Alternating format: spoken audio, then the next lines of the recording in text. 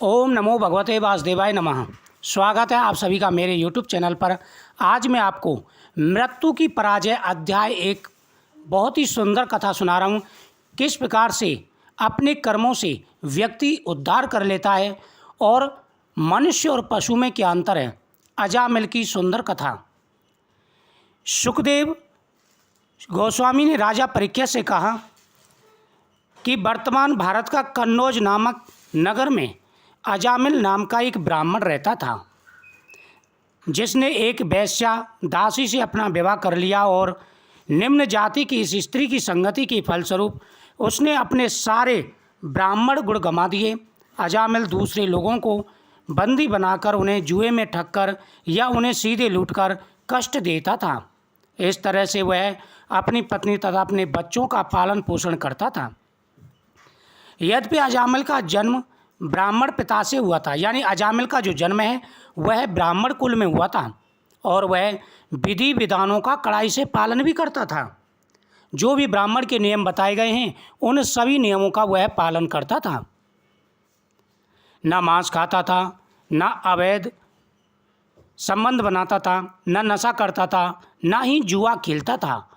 किंतु वह एक अवगुण के कारण वेश्या से प्रेम करने लगा।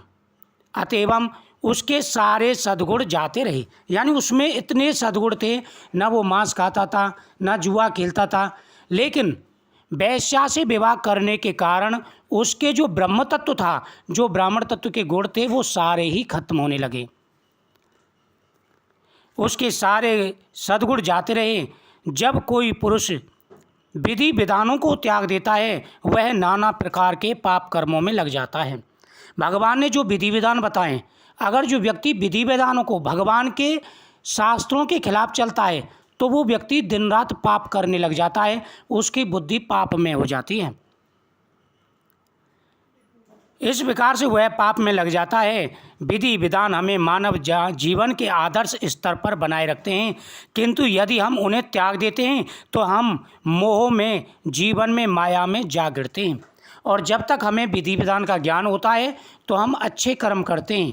भगवान ने ये शास्त्र बनाए हैं, हमें इस प्रकार से चलना चाहिए, हमारे ये कर्म हैं, तो मानव के वो कर्म हैं। अगर उन पर मानव चलता रहेगा तो वो धर्म में रहेगा, लेकिन अगर उनको त्याग देगा तो वह पाप में चला जाएगा और उसकी बुद्धि भी पाप में हो जाएगी। फिर वो पाप पे पाप करता चला जाता है। यदि हम आध्यात्मिक जीवन में प्रगति करना चाहते हैं तो हमें विधि विधानों का पालन करना चाहिए और अपने विगत जीवनों तथा इस वर्तमान जीवन की त्रुटियों को सुधारना चाहिए। जो लोग सभी प्रकार के पाप कर्मों से मुक्त हो चुके हैं और अब पुण्य कर्मों में लगे हुए हैं, वे ही ईश्वर को पूरी तरह से समझ पाते हैं। और हमारा कर्म धर्म यही है, हम भी अपने बच्चों को यही सिखाएं। हमारे जैसा माहौल घर में होगा उसी प्रकार से आगे बच्चे भी सीखते हैं, हमें भी उसी प्रकार से ढलना चाहिए। भगवान ने जो शास्त्र बनाए हैं, जो वेद बनाए हैं, शास्त्र बनाए हैं, उनमें जो नियम दिए गए हैं, ज़्यादा पूरा नियम नहीं साधन कर सकते, तो इतना नियमों का साधन करना चाहिए कि हमें भगवान का अंतर पता हो कि भगवान कौन सी ऐसी दिव्य शक्ति हैं, भगवान की हमें पूजा करते हैं तो हमें क्या मिलता है।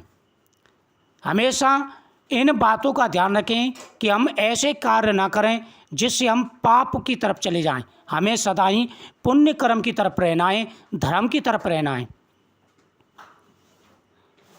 वे ही ईश्वर को समझते हैं जो पाप कर्म करते हैं और शारीरिक सुविधाओं एवं लौकिक मैत्री समाज या पारिवारिक स्नेह के प्रति अत्यधिक अनुरक्त रहते हैं। उन्हें आध्यात्मिक अनुभूति नहीं हो पाती।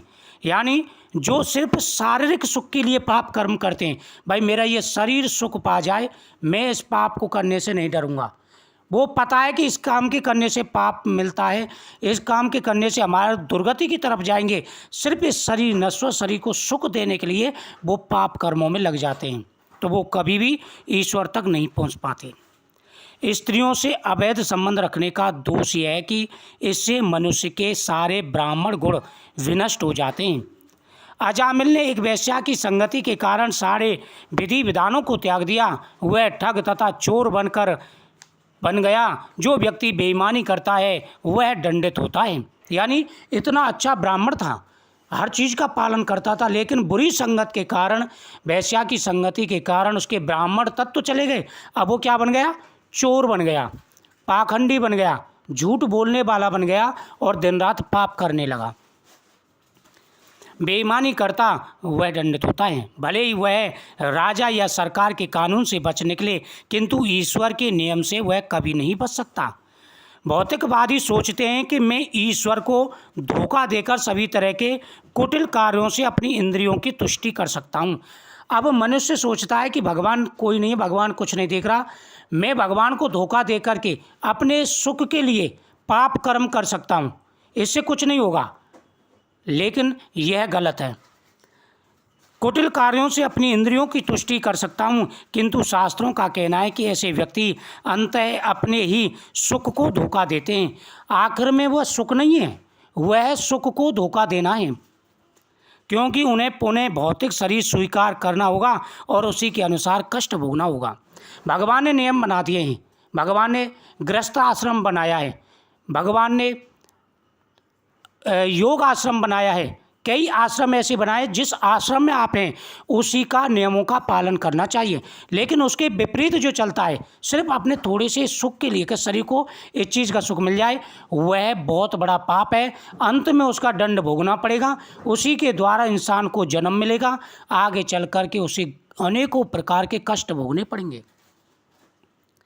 ब्राह्मण कुल में उत्पन्न व्यक्ति से आशा की जाती है कि वह सत्यवादी तथा आत्म संयमी होगा, आध्यात्मिक जीवन तथा उसके व्यवहारिक पक्ष से पूरी तरह विज्ञ होगा और शास्त्रों के कथनों पर पूर्ण श्रद्धा रखने वाला होगा। यदि कोई व्यक्ति शास्त्रों का पालन नहीं करता तो उसका पतन अवश्य होता है। जो व्यक्ति शास्त्रों के हिसाब से नहीं चलता उसका पतन अवश्य है, वो अवश्य नरक भोगता है। महामुनि तथा ऋषिगण संसार का मार्गदर्शन करते रहे हैं और उनके वचन शास्त्रों में अंकित हैं, किंतु धूर्त तथा मूर्खजन शास्त्रों की गलत व्याख्या करते हैं और लोगों को भ्रमित करते हैं। सांप्रदायिक भगवत गीता की व्याख्या अनेकानेक प्रकार से की जाती है और ये तथाकथित व्याख्याएं अबोध जनता द्वारा प्रमाणित ज्ञान के रूप में स्वीकार की जाती हैं। व्यक्ति जैसा कर्म करता है उसे उसी प्रकार के फल की प्राप्ति होती है। एक व्याख्याकार बतलाता है कि कुरुक्षेत्र की युद्ध भूमि में भौतिक शरीर है और पांचों पांडव वास्तव में भौतिक शरीर की 5 इंद्रियां हैं, किंतु यह उचित ज्ञान नहीं। बिना समझे भला कोई भगवत गीता की व्याख्या कैसे कर सकता है। इसी प्रकार से जो व्यक्ति धर्म को छोड़कर के अधर्म के रास्ते पर चला जाता है उसे अनेक प्रकार के कष्ट भोगने पड़ जाते हैं।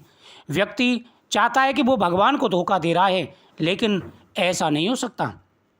जो व्यक्ति जैसा कर्म करता है भगवान के पास उसकी गणना होती है, उसी के प्रकार उसको जीवन की प्राप्ति होती है। प्रामाणिक ईश विज्ञान समझने के लिए किसी प्रामाणिक गुरु के पास जाकर भगवत सुननी चाहिए और हमें धर्मों का पालन करना चाहिए। जिस प्रकार से शास्त्रों में बताया गया है उसी प्रकार से हमें पालन करना चाहिए। बाकी की कथा आपको अगले अध्याय में प्राप्त होगी। प्रतिदिन